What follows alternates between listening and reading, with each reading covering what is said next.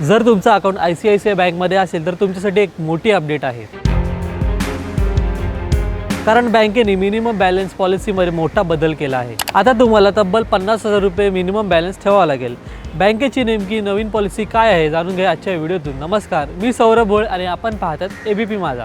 ICICI बँकेच्या खातेदारांना आता त्यांच्या खात्यात किमान 50,000 रुपये शिल्लक ठेवावे लागतील। जर तुमच्या खात्यात 50,000 पेक्षा कमी रक्कम असेल तर तुम्हाला दंड भरावा लागेल। हा नियम 1 ऑगस्ट 2025 पासून लागू झाला आहे। शहर, गाव आणि महानगरांमध्ये मिनिमम बॅलन्सची पॉलिसी वेगवेगळी आहे आणि आता त्या पॉलिसीमध्ये बँकेने वाढ केली आहे। बँकेने त्या सर्व मिनिमम पॉलिसीमध्ये वाढ केली आहे। महानगर आणि शहरी भागात आता किमान मर्यादा 50,000 रुपये, निम शहरी भागात 25,000 रुपये आणि गावांमध्ये उघडलेल्या खात्यांसाठी 10,000 रुपये आहे। 2015 नंतर पहिल्यांदाच बँकेने किमान शिल्लक मर्यादा वाढवली आहे।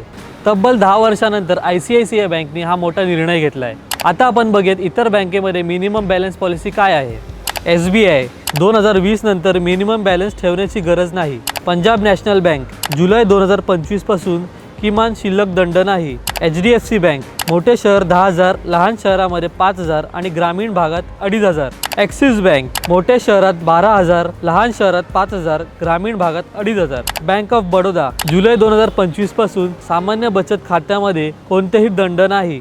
प्रीमियम खात्यामध्ये तुम्हाला 500 ते 2,000 रुपये ठेवावे लागतील।